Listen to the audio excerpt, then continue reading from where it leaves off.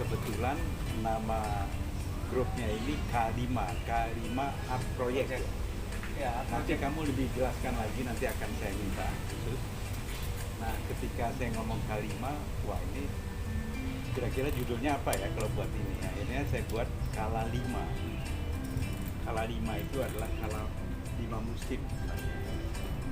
Kala, dan siklus Kala 5 itu siklus kelima sebenarnya yang masuk pada setiap masa ya. Dan kebetulan sekarang kan Jakarta itu memasuki 500 tahun ya, 5 abad ya, dari sekarang. Nah, karena itulah putaran 5 abad ini yang momentumnya justru akan memindahkan ibu kota ini, kita refleksikan lagi ke masa lalu.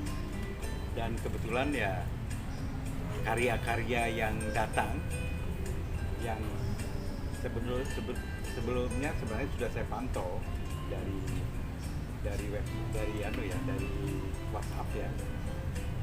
Saya kira bisa mencerminkan konteks itu.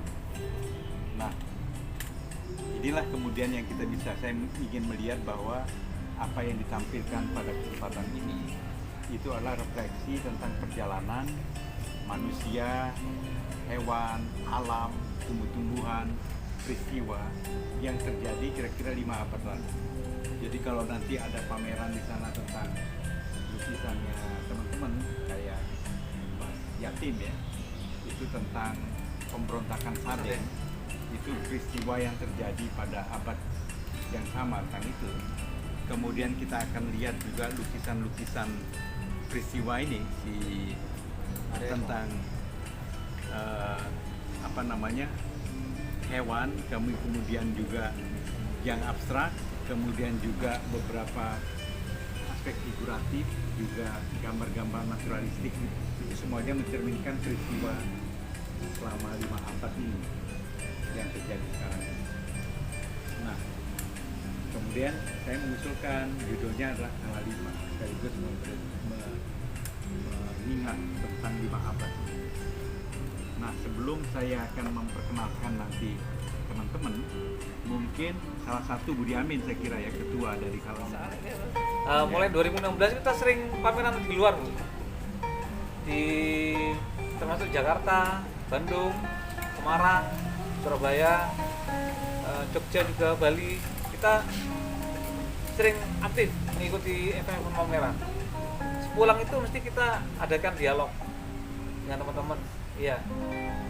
Apa kekurangan kita, apa kelebihan kita, apa peluangnya, apa tantangannya gitu. Kita selalu berevaluasi ya. Sehingga pada waktu pandemi itu kita mencoba pameran pertama kali, Pak. Kita ekspansi ke Jakarta. Kelompok.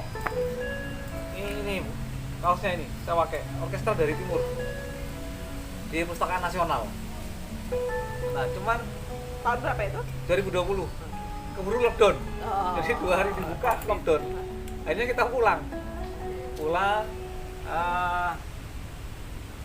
Akhirnya kita sepakat pada waktu COVID itu kita berniat melihat iklim ya, iklim kita sudah saatnya harus menguatkan iklim di dalam. Sehingga mulai tahun 2022 itu minimal kita bikin 2 event di daerah dengan tanpa mengharapkan bantuan dari siapapun, termasuk pemerintah daerah, Pak. Jadi kita betul-betul mandiri. Jadi pembuatan kita punya partisi, mungkin lumayan, Pak, kalau dibawa ke sini bisa disewakan kata Mas teman-teman lalu. Jadi kita melengkapi lah, melengkapi sarpras, sehingga kita sering bikin event. Terakhir itu, Bu, kita bikin event, kita nodong pada waktu itu, di waktu Ramadan itu saya ada kesempatan ngobrol mewakili teman-teman K5 di acara ngabuburit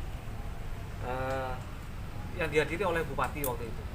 Jadi saya mau partisipasi asal dikasih kesempatan untuk ngobrol dengan Bupati, sama panitia dikasih monggo Mas. Akhirnya kesempatan itu saya pakai nodong bupatinya untuk memberikan kesempatan buat kami. Nah, di acara itu mungkin ada hal penting yang mungkin bisa saya sampaikan di sini. terkait dengan iklim berkesenian. Itu yang kami rasakan di Bondowoso dan sekitarnya ya. Jadi saya waktu itu ngomong dan sempat rame Bu, di birokrasi itu. Pada waktu pembukaan saya bilang ke bupati kami, Pak, kami ini anak-anak Bapak yang punya potensi, yang juga ingin membangun. Nah, selama ini arah pemajuan kebudayaan itu, seniman, pelaku seni itu hanya dijadikan objek, jarang sekali dijadikan subjek, hanya objek gitu kan. Ada anggaran, ada objeknya, yang paling banyak merasakan adalah mereka. Dampaknya kecil sekali pada seniman itu. Nah, itu yang kami sorot waktu itu. Akhirnya direspon bagus sama bupatinya, salah satunya dengan apresiasi kan waktu itu. Jadi mungkin sama dengan kondisi di sini, jika ada sebuah pameran, event pameran, kecil sekali pengunjung itu kan, sepi. Itu pun di Jogja saya rasakan kemarin, sepi sekali itu. Padahal itu kantong kesenian untuk seni rupa sangat luar biasa Bu. Kenapa sesepi itu? Jadi di luar ekspektasi saya gitu. Nah, mungkin dengan adanya kita ke Jakarta itu, kita akan banyak menimba pengalaman-pengalaman baru ya, yang mungkin plus minusnya bisa kita kembangkan, kita bisa evaluasi nanti setelah kami pulang. Dan syukur-syukur teman-teman, misalkan nanti kita bikin event di daerah di Jember atau Bondowoso, kita ingin mengundang teman-teman Jakarta. Nah, yang menarik, Bu Nur, waktu tanggal 6 kemarin ya, tanggal 6 Mei kita ngadakan event, kebetulan kita juga mengundang Bang Paul ini, itu punya beliaunya yang laku. Iya, Solot. Dan karyanya bukan karya kemedul kata orang pelukis itu, justru karya-karya idealis. Nah, ini kan yang menarik ini, bahwa ternyata karya-karya idealis ternyata juga diminati di kota-kota kecil itu kan, asal memang betul-betul berkualitas. Nah, itu yang kami lakukan.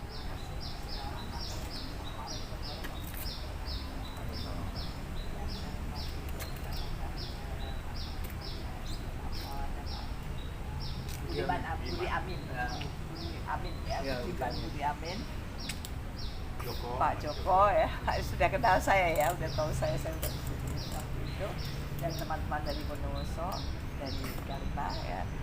Ini teman-teman saya perempuan-perempuan cantik yang luar biasa selalu ada di sini sama-sama kita. Pertama-tama tentunya saya terima kasih ya atas undangan ini, saya mengapresiasi sekali. Dan kenapa saya perlukan data, saya prioritaskan meskipun undangan yang mendadak, karena saya tahu bahwa para seniman ini bisa hasil karyanya luar biasa ya, bisa dipamerkan, bisa memberikan inspirasi, bisa memberikan motivasi, bisa membuat orang bahagia, ya kan, jadi bisa menghibur, bisa. Itu pameran. Tanpa dedikasi dan passion dari para seniman ini, nggak ada yang bisa kita nikmati sebetulnya. Coba perhatikan, di setiap rumah pasti ada lukisan.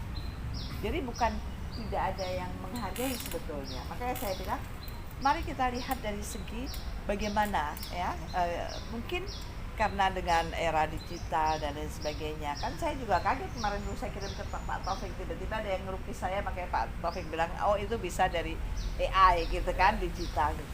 Tetapi buat saya itu tidak mengurangi arti, karena bagaimanapun juga lukisan yang dilukis, sketch dari tangan-tangan itu beda. Itu memberikan arti yang berbeda dengan yang dilakukan secara digital. Jadi konvensional itu sampai kapanpun akan tetap diminati, meskipun ada yang digital. Itu yang ingin saya indikan. Jadi hanya yang saya ingin ini kan, jangan pernah saya bawa, coba lihat di setiap rumah saya ini apa aja pasti ada lukisan. Lukisan apa mereka ingin, karena mereka mencintai seni itu. Dan tergantung yang punya rumah pengen apa gitu kan, ada yang realis, ada yang pemandangan, ada yang sejarah dan lain sebagainya. Nah, itu yang nomor satu yang harus kita pahami dulu, bahwa apresiasinya kalau misalnya ada orang yang mengatakan bahwa oh mahal banget harganya, itu biasa, namanya orang jual beli. Dia anggap aja itu dia berdagang, padahal sebenarnya kalau dia mengerti lukisan itu bukan dibeli karena harganya, tapi karena lukisannya, karena artinya, karena nilainya, gitu kan ya. Jadi kalau orang sudah suka, berapapun pasti dia akan beli. Ketika saya bilang, oh saya mau buka ruko, saya juga pelukis. Nah baru mereka mengaku dirinya sebagai pelukis. Seperti saya katakan tadi bahwa saya punya teman SMA yang akhirnya sekarang jadi kaya raya karena dia juga pelukis, ya. Kemudian dia mengapresiasikan itu semua ke dalam dunia nyata di rumah, mengatur rumah dan lain sebagainya. Ini kesempatan. Nah, saya tadi katakan pendekatannya yang harus dirubah, begitu kan? Maksudnya bagaimana pendekatannya? Saya kalau saya kemana-mana saya senang sekali sebetulnya lihat lukisan. Dan saya selalu ke Eropa, kemana-mana itu saya beri. Karena apa? Lukisan itu nggak dipasang secara formal, nggak begini, tapi dijual, ya. Misalnya ada bazar, free market gitu ya. Kemudian ada pojok lukisan. Jadi orang lihat-lihat terus lihat lukisan. Jadi tidak menjadi eksklusif. Diadakan secara misalnya ada kegiatan digabung gitu. Ada kegiatan misalnya ada itu apa namanya Lions Club gitu ya. Kemudian disempilkan ada lukisan gitu. Nggak usah pakai bilang ada pameran lukisan, tapi ada dijual, dipajang lukisan-lukisan. Orang kan melihat yang lain terus, oh ini bagus. Jadi maksud saya pendekatannya gitu ya, karena kalau datang ke pameran lukisan atau datang ke sini pasti dia sudah ada niat mau beli lukisan. Saya mau datang ke pasar seni Ancol, saya mau beli karena saya butuh lukisan, begitu kan? Jadi saya mau beli lukisan. Tetapi pendekatan ini yang menurut saya sebaiknya mulai, karena di luar negeri itu saya hampir dikatakan nggak pernah diundang ke pameran lukisan. Ya, mungkin pameran tunggal yang misalnya istrinya pejabat gitu kan, pelukis terus dia pamerkan, itu cuma untuk diberi-beri gitu kan, karena orang tahu juga datang tidak untuk membeli, mungkin ya. Maksud saya selama di luar negeri nggak pernah, tapi saya selalu beli lukisan itu di keramaian terus tiba-tiba padahal nggak murah juga, tapi karena kita lihat di antara yang lain terus kelihatan beda kan. Tapi kalau di antara lukisan-lukisan kan kita bingung. Nah, saya tahu semua menggunakan sosial media ya, tapi itu juga di Instagram, di mana-mana. Tapi jangan maksud saya itu harus masif juga, karena supaya bagaimana caranya supaya orang mulai kembali melihat karya-karya ini, karena ini sangat dibutuhkan. Menurut saya sangat mengapresiasi para pelukis ini. Jadi kalau sampai para pelukis ini terus merasa bahwa tidak diperhatikan, itu sedih saya. Nah, yang kedua, yang lain saya mau ini kan, di kita ini kan bapak-bapak, ibu-ibu semua ini para pelukis ini kan tahu juga tentang politik, tadi tahu ya. Nah itu tolong ya, dekatin dong anggota DPR-nya, wakil-wakil rakyat, berkomunikasilah dengan mereka. Jadi jangan cuma memilih kemudian dibiarkan. Saya saya selalu datang kepada siapa saja, tapi maksud saya rakyatnya itu nggak tahu siapa. Coba siapa tahu nggak siapa yang terpilih dan tidak pilih? Nggak tahu masih. Padahal memilih, tapi memilih kemudian untuk ditinggalkan. Sayang, mereka tuh dengan senang hati.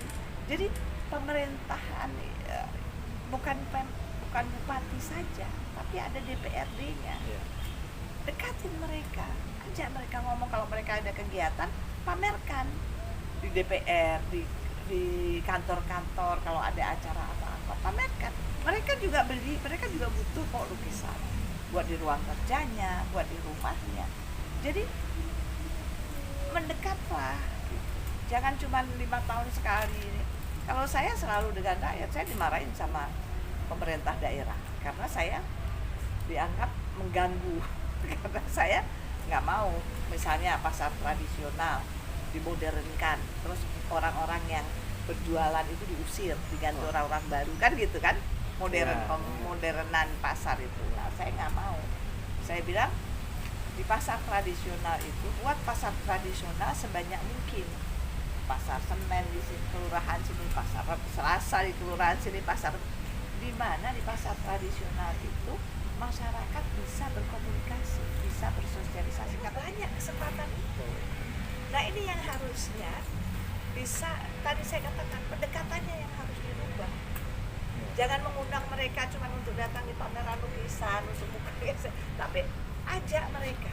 Apa yang sering, misalnya mau dilukis, suka lukisan apa coba, gitu kan? Jadi pendekatannya harus dirubah. Saya sekali lagi terima kasih undangannya dan saya sangat mengapresiasi. Terima kasih Pak Dian udah hadir. Ya, Kalau Dian Pak, wah ini kolektor. pelukis juga. Pelukis juga. Jadi apa namanya itu dari saya ya.